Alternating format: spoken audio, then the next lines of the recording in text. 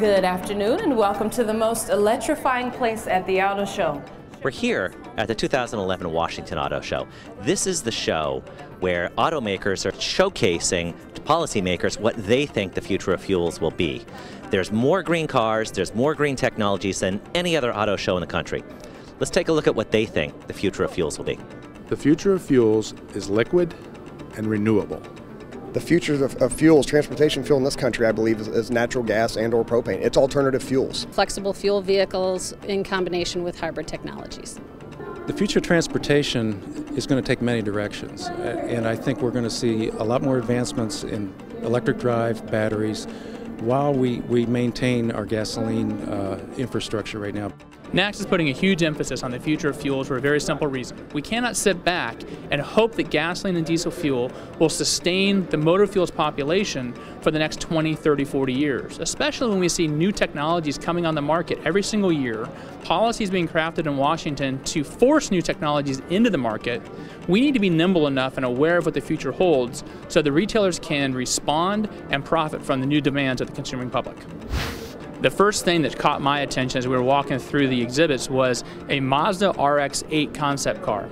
On one side there's a gasoline tank. On the other side there's a hydrogen tank. It has a hydrogen fuel cell in it to power the car, but it also has a gasoline tank. So you have that technology. We have the compressed natural gas propane companies here. They have a natural gas vehicle that also has a gasoline tank. There's a lot of compelling reasons we believe for natural gas and propane to be auto fuels of the future, and we hope that retail goes that way.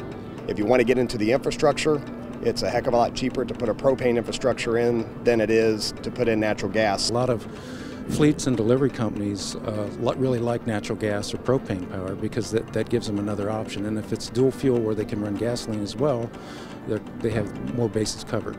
It's not an easy thing to do at the 11th hour, just flip the switch and you're dispensing natural gas or propane. So I would tell them do their homework, obviously, and start now, not later, to get ahead of the curve.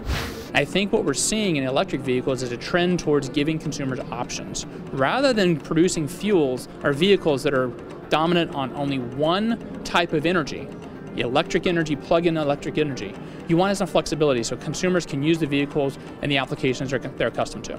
Unlike other electric cars, our Volt here has a gas-powered generator that's able to generate additional electricity to power the car for up to hundreds of additional miles.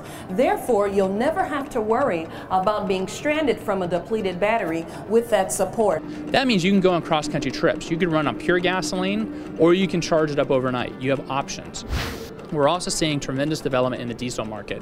Here's the raw fact. Diesel can hit the infrastructure we have now without a problem. I think it has a strong future, and from what I've seen from some of the manufacturers, that we're going to see more diesels on the road. They're going to bring more models in. In Europe, diesels account for more than 50% of the cars sold because fuel prices are so high over there. They demand the fuel economy.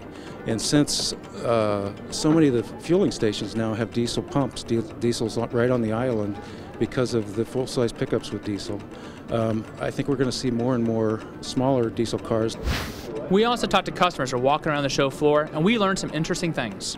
Now I'm looking around for, a nice car that's like this big Escalade right here. Nobody would ever think that you can make an Escalade into a hybrid and make it electric. Like, that's nice. Electric vehicles, hybrids that would qualify for HOV are my interests. But what I think people should do is have two cars. For short range, an electric car, all electric, and for long distance, a hybrid. You'd have to consider the diversity of power sources that would have to be available. Gas, diesel is what we deal with all over the place right now. We'd have to find a way to consider some sort of hydrogen energy, and of course some sort of electric energy. This whole idea of bridging to the next technology gives us the opportunity to make that transition to the next generation. The future has many options, and I hope we don't pick one direction too quickly, and we continue to develop in all directions.